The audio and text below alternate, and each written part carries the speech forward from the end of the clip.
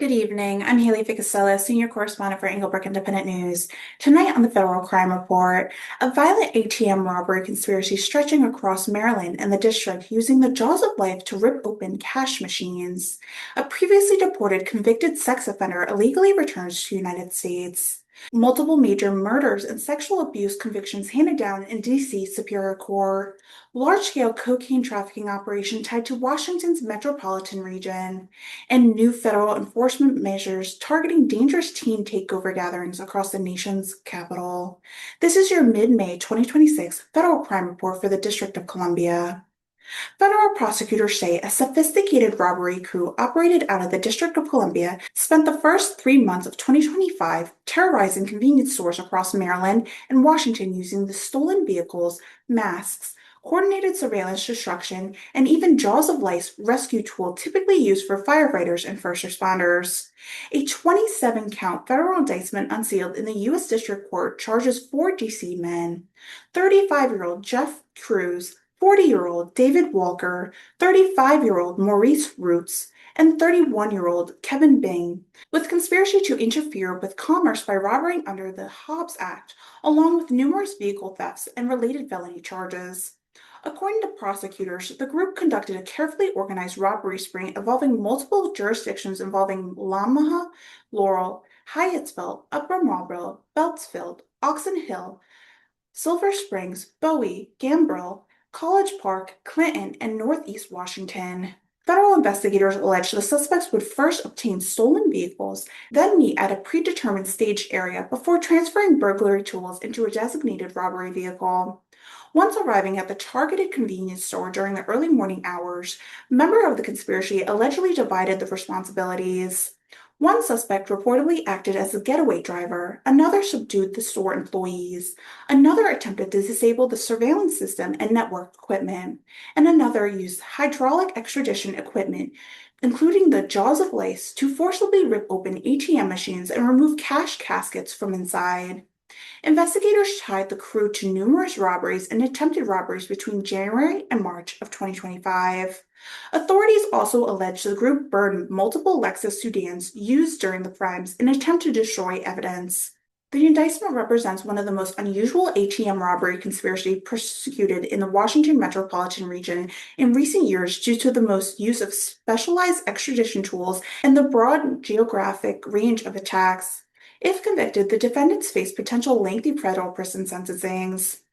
A previously deported convicted sex offender from Mexico has now been sentenced to 30 months in federal prison after illegally re-entering the United States following his removal. Federal prosecutors identified the defendant as 28-year-old Saul Castillo Crespo. According to court records, the case stemmed from a disturbing sexual assault that occurred in downtown Washington in May of 2017. Authorities say Castillo Crespo encountered an extremely intoxicated woman near Lafayette Square during early morning hours. Prosecutors say the victim was unable to walk on her own and repeatedly asked to go home. Instead, investigators say Castillo Crespo hailed a cab and brought the woman back to his apartment building on 7th Street Northwest. Once there, prosecutors say the victim resided entering his apartment and again demanded to go home. Court filings state Castillo Crespo carried the woman into the staircase where he sexually assaulted her. The attack was reportedly captured on surveillance camera inside the building. In August of 2017, he was convicted in D.C. Superior Court and sentenced to 5 years in prison for kidnapping and sexual assault. Following the completion of his sentence, he was deported to Mexico in January of 2023. But according to federal authorities, Castillo Crespo illegally re-entered the United States in March of 2025 and failed to register as a sex offender as required by law. His arrest came after Metropolitan police officers encountered him on an unrelated charge in June of 2025. Prosecutors say he initially used an alias David Crespo, but fingerprints analysis ultimately revealed his true identity and confirmed his prior deportation history. U.S. District Judge Timothy Kelly sentenced Castillo Crespo to 30 months in federal prison and ordered him again to be deported following completion of his sentence. In D.C. Superior Court, a jury has found 38-year-old Jamal Whiteley guilty in the 2020 murder of Kevin Reed in Northeast Washington. Prosecutors say the shooting occurred in an alley behind J Street Northwest in Deanwood neighborhood shortly after 1:30 in the morning on June 11th of 2020. According to the evidence presented during a nearly month-long trial, surveillance footage captured both men interacting at a Shell gas station moments before the killing. Investigators say Whiteley initially arrived as a passenger in a white four-door vehicle. Approximately 13 minutes later, prosecutors say he returned driving an older white two-door vehicle while wearing a surgical mask. Authorities allege Reed entered the passenger side of the vehicle moments before Whiteley sped away towards the nearby alley. Within minutes, surveillance camera recorded gunshots ringing outside 4722 J Street Northeast. Kevin Reed suffered multiple gunshot wounds and later died at a local hospital. At the time of his murder, Reed was the father of three children, with a fourth child expected to be born within weeks. Whitley was convicted on charges including second-degree murder while armed, possession of a firearm during a crime of violence, and unlawful possession of a firearm. Sentencing is scheduled for July 17th. Another major conviction in Superior Court involved 34-year-old Maurice Spears, who prosecutors say terrorized and sexually abused two vulnerable women in separate incidents during 2024. A jury convicted Spears on 6 counts of first-degree sexual abuse, 2 felony threat charges, and misdemeanor sexual abuse. According to prosecutors, the first victim met Spears during a date in April of 2024. The government says Spears brought the woman to a storage unit where he was living and threatened to kill her and her child if she attempted to leave. Authorities say he falsely claimed to have law enforcement connections and even displayed a fake police badge.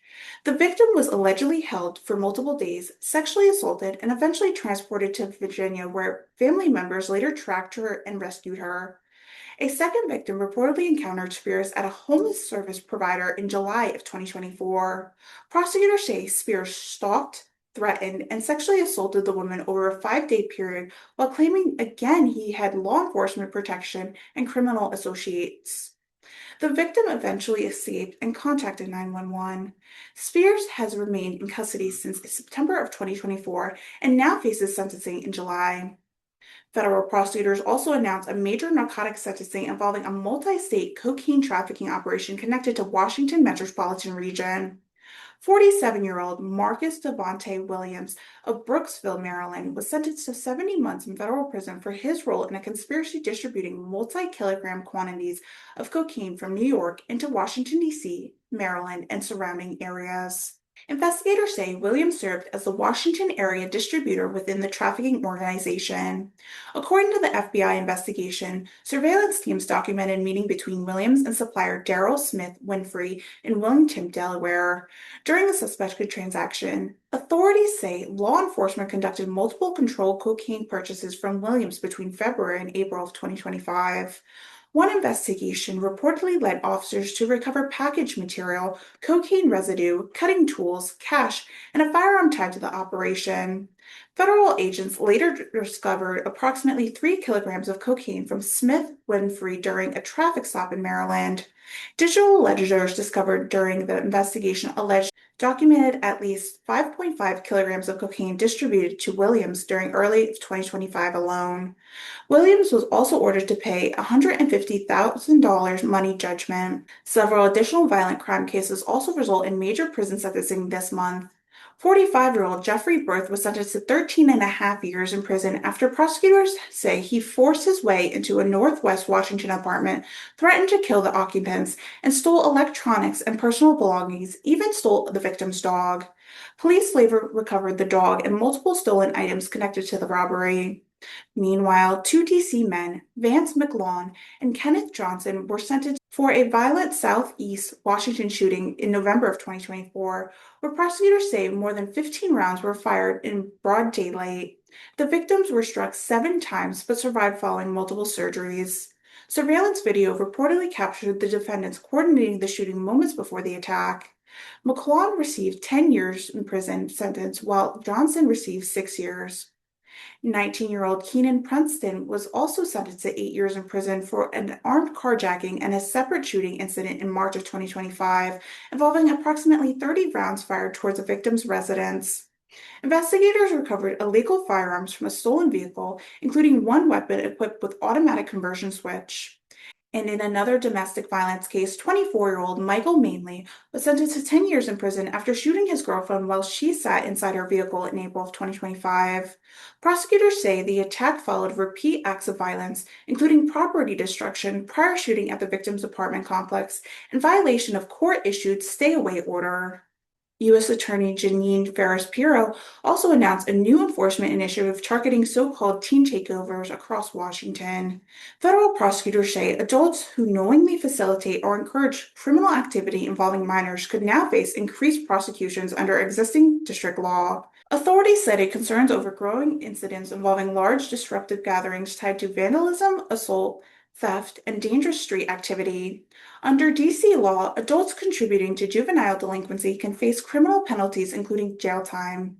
Federal officials say the initiative represents a more aggressive effort to address escalating youth related public safety concerns in the nation's capital.